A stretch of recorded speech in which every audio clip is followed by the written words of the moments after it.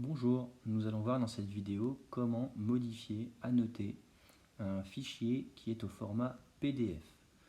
Pour cela, vous allez devoir déjà télécharger l'application Acrobat Reader. Vous allez donc dans votre Apple Store et vous allez rechercher ce fichier-là, cette application-là, pardon. Vous avez donc Adobe Acrobat Reader et vous aurez Obtenir. Moi j'ai déjà l'application, c'est pour cette raison que l'onglet ici affiche Ouvrir. Une fois que vous l'aurez sur votre tablette, vous pourrez l'ouvrir directement depuis votre page d'accueil. L'application est ouverte. Maintenant, vous allez devoir aller sélectionner, aller trouver le fichier PDF afin de pouvoir le modifier. Pour cela, vous allez aller dans Emplacement. Vous avez ici tous les emplacements possibles. L'iPad, le document cloud, ça c'est un cloud qui est interne à Adobe, à l'application. Votre Dropbox, si c'est un fichier par exemple de la Dropbox du collège. Si votre emplacement ne figure pas, vous avez emplacement supplémentaire. Me concernant, j'ai tous ces espaces de stockage ici, le cloud, l'iCloud, l'iPad directement, Amerigo, Dropbox et le OneDrive. Je vais aller sur mon OneDrive, dans mes fichiers, Calypso par exemple, harcèlement scolaire, je cherche un fichier PDF. Le fichier est ouvert, je vais me diriger vers une page au hasard, voilà, ici par exemple. Maintenant, vous allez pouvoir modifier votre fichier avec cette icône, ce bouton bleu avec le stylo. Vous avez deux options, commenter, remplir et signer. On va essayer de voir les deux rapidement. La première, commenter. On y va. Vous avez à chaque fois donc là une barre d'outils pour l'option commenter et vous aurez la même barre d'outils, voilà, au même emplacement, une barre d'outils pour remplir et signer.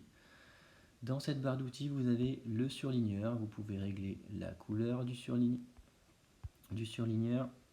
et vous devez sélectionner les mots que vous souhaitez surligner, tout simplement. Hop, donc en fait vous laissez votre doigt appuyé, vous sélectionnez ce que vous voulez surligner et ça surligne. Vous pouvez également barrer du texte, quand vous corrigez des copies par exemple. Pareil, je sélectionne, ça barre, je peux changer la couleur si besoin. En bleu, je sélectionne et ça barre. Vous pouvez souligner, on va souligner en vert par exemple, je sélectionne mon texte en laissant mon doigt appuyé et ça souligne. Vous pouvez également donc ajouter du texte. Hop, vous ajoutez ici la couleur, la taille de la police également. Et vous publiez. Et vous avez votre annotation ici que vous pouvez déplacer où vous le souhaitez. Pour l'effacer, rien de plus simple, vous cliquez dessus et vous avez la petite poubelle ici. Vous pouvez également le modifier à partir d'ici. Donc je peux réduire la taille du texte, changer la couleur si je le veux.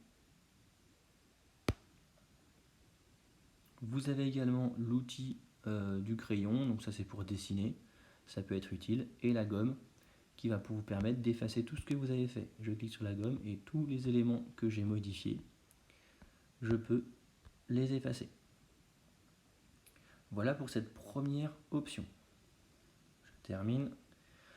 Je reviens donc à mon stylo et je vais cette fois-ci cliquer sur remplir et signer. Ici, vous pouvez également ajouter du texte avec la barre d'outils.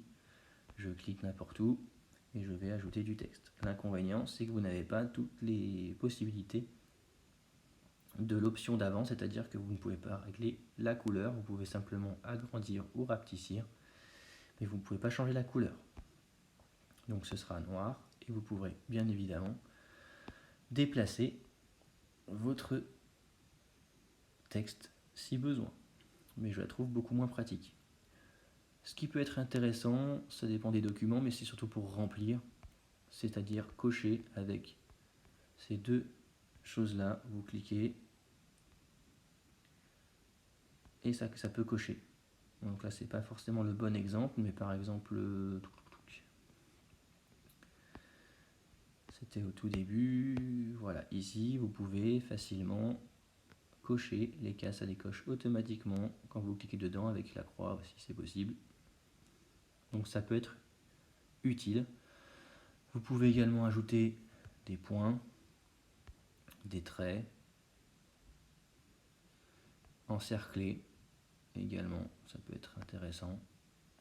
Voilà, encadrer, encercler. Et vous pouvez également apporter votre signature. Ça peut être intéressant. Et vous pouvez changer la couleur de la signature si besoin. Voilà pour ce tuto. Personnellement, pour conclure, je trouve que c'est l'option commenter qui est la plus complète. Sauf si vous souhaitez entourer, où là vous pouvez passer par l'option commenter. Mais pour moi, remplir et signer, vous avez tout ce qui est, l'option commenter, vous avez tout ce qui est intéressant et nécessaire pour pouvoir corriger une copie ou annoter une copie qui vous serait envoyée en format PDF. Voilà, bonne journée, à bientôt.